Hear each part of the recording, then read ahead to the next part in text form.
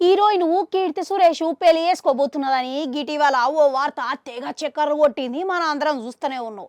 కేరళకు చెందిన యాంటోనీ తట్టేల్లి పెళ్లి చేసుకోబోతున్నది అని ప్రచారం అయితే జోరుగా నడిచింది. ఇక వీళ్ళ పెళ్లి గిట్ల కుటుంబ సభ్యుల సమక్షంలో సన్నిహితుల సమక్షంగా నిరాడంబరంగా వచ్చే నెలలో జరగబోతున్నదని గిట్లా పెద్ద ఎత్తున ప్రచారం సాగింది. ఇక ఎట్టకేలకు కీర్తి సురేషే దీని గురించి స్పందించిందంట. అధికారికంగా ఈమె పెళ్లి ముచ్చట గురించి ఆమె సోషల్ మీడియా వేదిక ద్వారా ఓ ఫోటోని పెట్టి పంచుకున్నదంట. అయితే 15 ఏళ్లుగా మేము ప్రేమలో ఉన్నామని గిట్లా ప్రకటించిందంట. యాంటోనీ తట్టేల్ని వివాహం చేసుకోబోతున్నట్లుగా ఆమెని స్పష్టం చేసింది.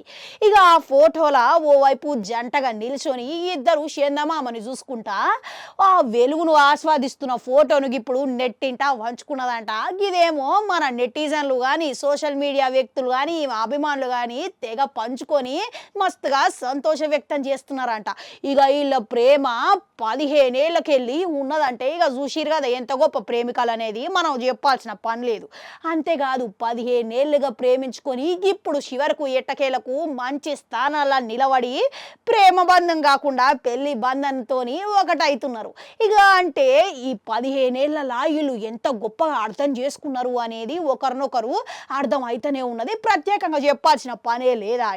ఇక ఇప్పుడు యాంటనీ కేరళకు చెందిన కొచ్చి వ్యక్తి అంట. అంతేకాదు కొచ్చిలో ఇప్పుడు ప్రముఖ వ్యాపారవేత్త కావడం విశేషమనే చెప్పుకోవాలి. మళ్ళీ వీళ్ళిద్దరు ప్రేమాయణం ఈ స్కూల్ నుంచే మొదలైనాయని ఇట్లా కొన్ని కథనాలు అయితే తెలుస్తూనే ఉన్నాయి.